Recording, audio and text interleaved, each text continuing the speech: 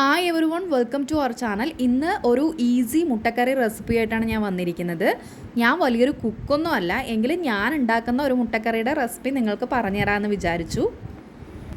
അതിനായിട്ട് ഒരു 5 മുട്ട എടുത്ത് വേവിക്കാൻ വെച്ചിട്ടുണ്ട്. അതിൽ കുറച്ച് ഉപ്പിട്ട് കൊടുക്കണം വെള്ളത്തിൽ. അപ്പോൾ മുട്ട നന്നായി വേകുമ്പോൾ നമുക്ക് ആ തോട് പെട്ടെന്ന് അടർത്തിയെടുക്കാൻ പറ്റും. അതൊരു പാന് വെച്ച് ചൂടാക്കി അതിൽ കുറച്ച് എണ്ണയും മുളക് പൊടിയും മഞ്ഞൾപ്പൊടിയും അതിലും കുറച്ച് ഉപ്പിട്ടിട്ട് മുട്ട ഇങ്ങനെ ഒന്ന് ഫ്രൈ ചെയ്തെടുത്ത് മാറ്റി വയ്ക്കുക.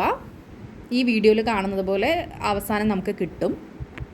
പിന്നെ ഈ മുട്ടക്കറിക്ക് ആവശ്യമായിട്ടുള്ള ഇൻഗ്രീഡിയൻസ് ആണ് ഈ കാണുന്നത്: സവാള, അതുപോലെ തക്കാളി, പച്ചമുളക്, ഇഞ്ചി, വെളുത്തുള്ളി ചതച്ചെടുത്തത്, അതുപോലെ മല്ലിയില, കറിവേപ്പില ഇതിലിടണം കേട്ടോ, എൻ്റെ അടുത്ത് ഉണ്ടായിരുന്നില്ല. ആദ്യം തന്നെ ഒരു പാൻ വെച്ച് ചൂടാക്കിയിട്ട് പാൻ നന്നായി ചൂടായതിന് ശേഷം അതിൽ ഓയിൽ ഒഴിച്ച് കുറച്ച് കടുക് ഇടുക. കടുക് പൊട്ടിയതിന് ശേഷം നമ്മൾ ആദ്യം ഇടുന്നത് കുനുകുനാന്ന് അരച്ച് വെച്ച ഇഞ്ചിയും അതുപോലെ ചതച്ചെടുത്തിട്ടുള്ള വെളുത്തുള്ളിയാണ് ഇതിൽ ആദ്യം ചേർക്കുന്നത് കേട്ടോ. നമ്മൾ വേവിച്ച എഗ്ഗ് ഫ്രൈ ചെയ്തെടുക്കുമ്പോൾ പ്രത്യേകം ശ്രദ്ധിക്കേണ്ട ഒരു കാര്യം, കട്ട് ചെയ്തിട്ട് ഫ്രൈ ചെയ്തെടുക്കുക. കട്ട് ചെയ്യാതെ ഒരു എഗ്ഗ് മുഴുവനായിട്ട് ഇടുകയാണെങ്കിൽ അത് പൊട്ടിത്തെറിക്കാൻ സാധ്യതയുണ്ട്. ഇപ്പം നമുക്ക് ഇഞ്ചിയും വെളുത്തുള്ളിയും ചൂടായതിന് ശേഷം അതിൻ്റെ പുറകിൽ പച്ചമുളകും സവാളയും ഇട്ട് അതൊന്ന് വഴറ്റി വന്ന ശേഷം മല്ലിയില ഇട്ടിട്ടുണ്ട്. ഏറ്റവും അവസാനമാണ് തക്കാളി ഇടേണ്ടത്. എന്നിട്ട് നന്നായി ഇത് ചൂടാക്കി എടുക്കണം. ഇതിലിട്ടിട്ടുള്ള എല്ലാ ഇൻഗ്രീഡിയൻസും ചൂട് കൊണ്ട് തന്നെ ഒന്ന് നന്നായിട്ട് വെന്ത് വരണം. എന്നിട്ടാണ് നമ്മളിതിൽ പൊടികൾ ചേർക്കുക.